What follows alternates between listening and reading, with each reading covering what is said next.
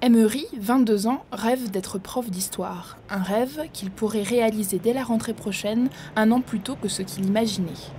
Certains de ses camarades paniquent à l'idée de se retrouver sitôt face aux élèves, mais lui a hâte d'être sur le terrain. Ça peut brusquer certains qui pensaient n'avoir enseigné que dans quelques années et qui se disent « Ah ben je vais peut-être le passer cette année, en fin d'année ».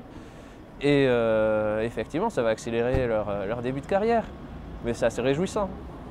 Moins de cours théoriques et plus de pratiques, c'est ce que réclamaient les syndicats étudiants. Les professeurs stagiaires seront seuls devant une classe, 6 heures par semaine et payés 850 € par mois. Avant, ils ne rencontraient pas d'élèves avant d'être en poste. Ils avaient juste une formation théorique et donc on les balançait un petit peu dans l'arène devant des enfants, que ce soit au collège ou au lycée ou dans le primaire, sans qu'ils aient eu à apprendre comment fallait gérer une classe, comment réagir avec les élèves, comment faire de la pédagogie tout simplement. Les professeurs en exercice savent qu'il est difficile de trouver une juste mesure entre autorité et enthousiasme. Beaucoup parlent d'un déclic plusieurs années après un début de carrière tâtonnant et parfois douloureux. J'étais très jeune quand j'ai commencé, dans un contexte un peu difficile et je débarquais sans aucune préparation préalable.